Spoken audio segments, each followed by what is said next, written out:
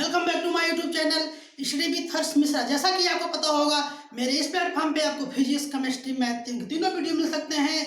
आज का जो हमारा टॉपिक होने वाला है भौतिक विज्ञान अर्थात फिजिक्स। मैंने आपको इससे पहले 2-4 वीडियो दे चुका हूँ, आपको बहुत अच्छा वीडियो लगा होगा, कमेंट में मेरे सभी भाइयों ने बताया। आज हम नेक्स्ट टॉपिक लेके आए हैं। नेक्स्ट टॉपिक क्या है? दूरी। दूरी को जिसको हम बोलते हैं डिस्टेंस, आपको हम डिफिनीशन बताते हैं। बहुत ही इजी डिफिनीशन है दूरी की। दूरी कहते हो ना, हम सुल्तानपुर से इलाहाबाद जाएंगे ना पढ़ने, वही होती है दूरी। दूरी क्या होती है? किसी गतिमान वस्तु द्वारा एकांक समय में चली गई मार्ग की लंबाई को दूरी कहते हैं। एकांक समय में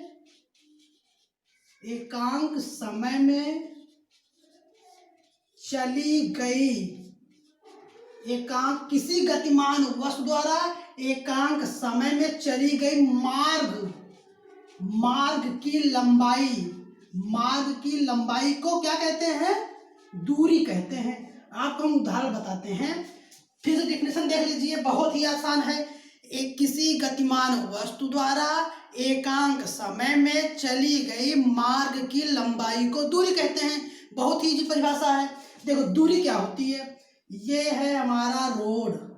क्या है? ये हमारा टुनु वाला रोड, ठीक है। यहाँ एक व्यक्ति है, ठीक, ये सुल्तानपुर में खड़ा है, इसको इलाहाबाद में जाना है, ठीक। अब ये क्या करेगा? इस रास्ते से जाएगा, ऐसे ऐसे ऐसे ऐसे यहाँ पहुँच जाएगा। इसके द्वारा जो चली गई मार्ग की लंबाई है वही तो दूरी होगा।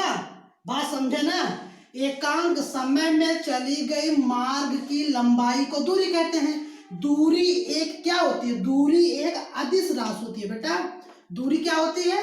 दूरी एक अदिश राशि होती है। अदिश राशि होती है। मैंने आपको अदिश राशि की डिफिनेशन बताया था। वे भौतिक राशियां जिन्हें व्यक्त करने के लिए केवल परिमाण की आवश्यकता होती है, दिशा की नहीं। क्योंकि जो दूरी है ना, उसकी कोई दिशा नहीं होती किस दिशा में जाना है, ठीक है। उसका केवल एक मैग्नीट्यूड होता है, परिमाण होता है, वही होता है।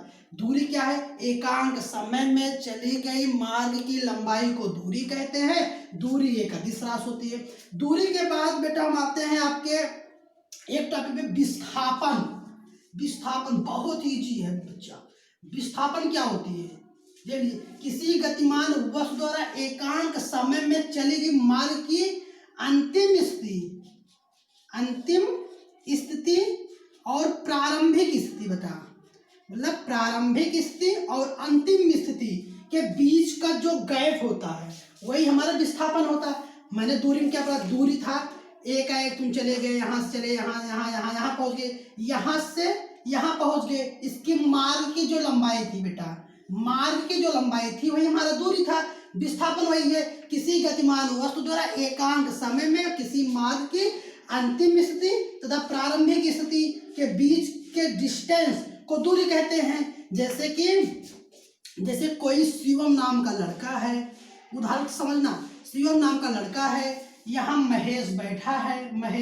ये महेश और शिवम के बीच जो गैप है अंतिम स्थिति तथा प्रारंभिक स्थिति के बीच में जो गैप है वही हमारा विस्थापन होगा। इसको कहते हैं u-v/t। समय भी कुछ लगेगा? समय लगेगा नहीं लगेगा? समय होता है ना, मतलब s = u-v/t। विस्थापन हो गया। विस्थापन बेटा एक सदिश राशि होती है। ये एक अदिश राशि थी, विस्थापन क्या है? सदिश राशि है।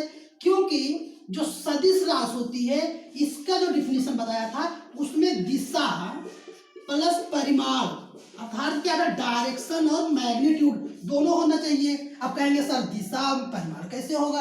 बेटा हम बताते हैं। जो विस्थापन होगा, अब जिसे कहते हैं कि तुम अपने घर से मार्केट जाओ, अपने घर से जब तुम मार्केट गए, तुम्हारे लिए मैंने एक फिक्स दूरी कर दी है कि तुमको मार्केट ही जाना है, ठीक है। अब उसके आगे तुम बड़े कहाँ जाओ उससे मतलब नहीं है, तुम मार्केट जाओ।